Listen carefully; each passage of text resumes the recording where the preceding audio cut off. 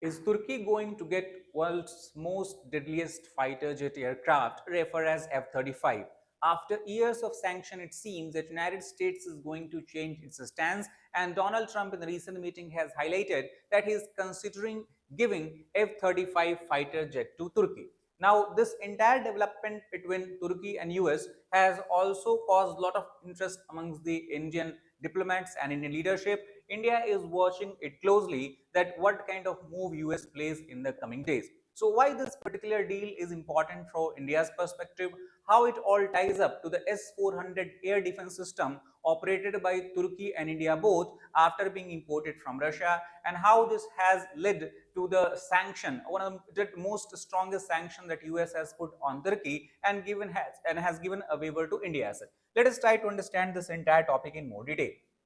Now, first of all, if you look at this particular incident, recently in 2026, we have a NATO summit, North Atlantic Treaty Organization, that is one of the largest defense treaty organization that we have in the world. So, in this particular meeting where Donald Trump also attended, it was seen that US seems to be resetting its defense ties with Turkey. F-35 program, from which Turkey was excluded.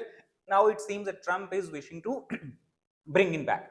Turkey was also imposed with CAATSA sanction, and it will have implications for India as well. So if you try to understand first of all about the Turkey and F-35 program. So first of all, as we can see that F-35 fighter jet aircraft, the original F-35 production partner, Turkey was the production partner. It was not just a deal between exporter and importer. Turkey's entire defense ecosystem was hugely involved in development of F-35 program. And once the program was complete, Turkey was planning to induct at least 100 plus aircraft in its air force. That would be true if CAATSA was not imposed by the US government. Turkish firm were part of the supply chain of this entire ecosystem. And also it makes interesting because Turkey thought that it can easily get this aircraft, and it is also a key NATO ally, a strong ally of United States of America. However, in 2019, we see the partnership basically died. So what is the reason why Turkey was excluded from the very same program which it helped US to develop? And the biggest reason of it was the import of S-400 air defense system by Turkey from Russia. Russia, as you know, it operates one of the most advanced air defense system which India also has imported, called as S-400 Triumph air defense system. US opposed this acquisition and said that if Turkey goes ahead with the acquisition of the system, then F-35 cannot be transferred. The reason is the security concern. US government believed that if F-35, one of the most advanced aircraft in the world and most advanced aircraft operated by the US Air Force, if it works side by side with the Russian S-400 air defense system, they would share a lot of data, and the entire data such as stealth signature, radar cross section of the aircraft, those data can then be traced by the S-400 system, which can then finally end in Moscow, can be transferred to Moscow. It is because of the risk of this data leakage, US decided to remove Turkey from the F-35 program. Not only that, the next big blow comes in 2020 when Donald Trump becomes the president of United States of America. In his first term, he targeted the defense agency of Turkey and also imposed CAATSA sanction. CAATSA sanction means countering adversary. Basically adversary of United States of America by imposing sanctions. So because of this, export restrictions were imposed on the defense industry of Turkey. Assets of major personnel who were involved at the higher level in the defense industry of Turkey, their assets were frozen, and also military cooperation between both countries was reduced to a significant extent as such.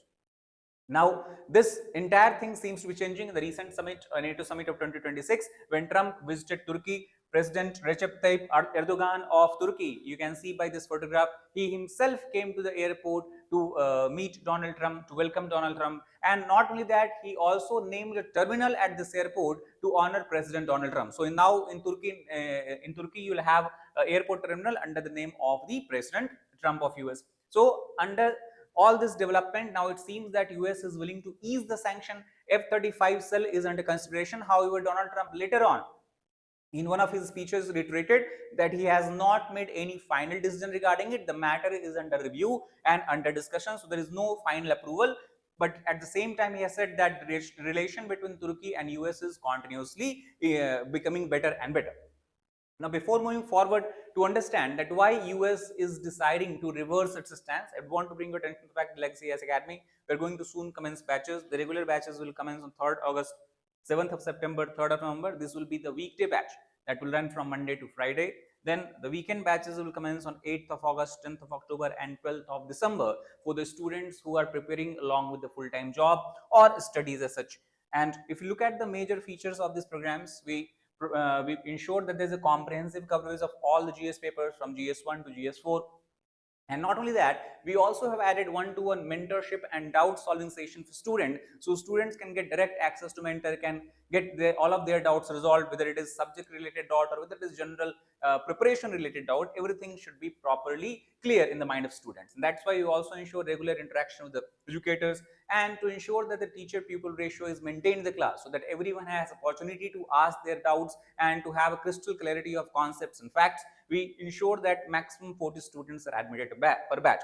Plus, apart from that, we have to understand that prelims mains preparation should be done in integrated manner, and that's why right from the start we also focus on daily mains answer writing. Plus, to evaluate, to get the understanding of the strength and weaknesses of student, test series for both prelims and mains also goes live, and focus is also on integrating static with current affairs by 360-degree coverage of current affairs. Now, you want to know more detail about the program, you can give a call to the number being displayed here.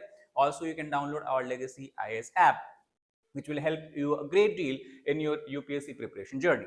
Now, coming back to this particular topic, why the US changed its position? One reason is believed to be the NATO, to show the NATO unity against Russia. We know that a lot of geopolitical shift and changes has taken place since Russia waged its war against Ukraine. To some extent, this entire war has evolved as a Russia versus NATO or Russia versus the Western countries. And Turkey enjoys a strategic location in the Black Sea, and diplomatically, militarily, or to some extent we can say geographically, it connects west to the east. That means we can say the Europe to the Russia as such. Not only that, if you look at the entire NATO composition itself, Turkey currently has the second largest army, which can play a very important role if it goes to war, if the alliance goes to war.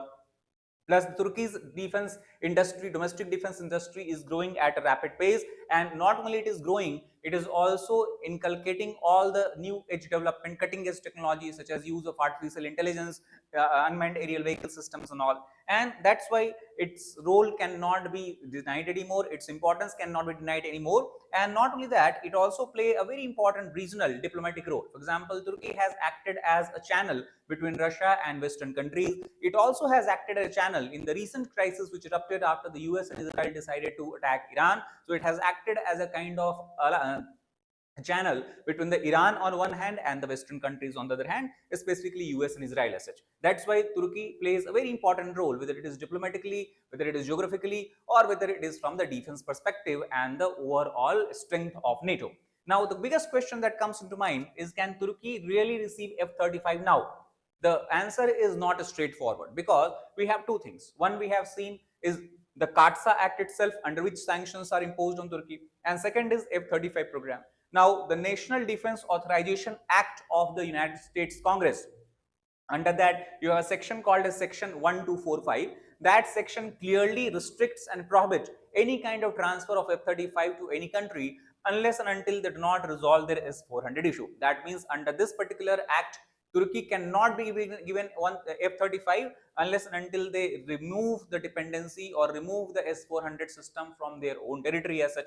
Congress approval also is required if US President and his administration wants to go ahead with the transfer of F-35. That's why decision regarding this particular matter remains pending. Now, there is one possible alternative that Turkey can opt for, and that is moving the entire S-400 battery to the third country. Now, this may satisfy US condition because S-400 is no longer operative in the jurisdiction or in the geographical area or in the territory where F-35 is largely stationed or being used.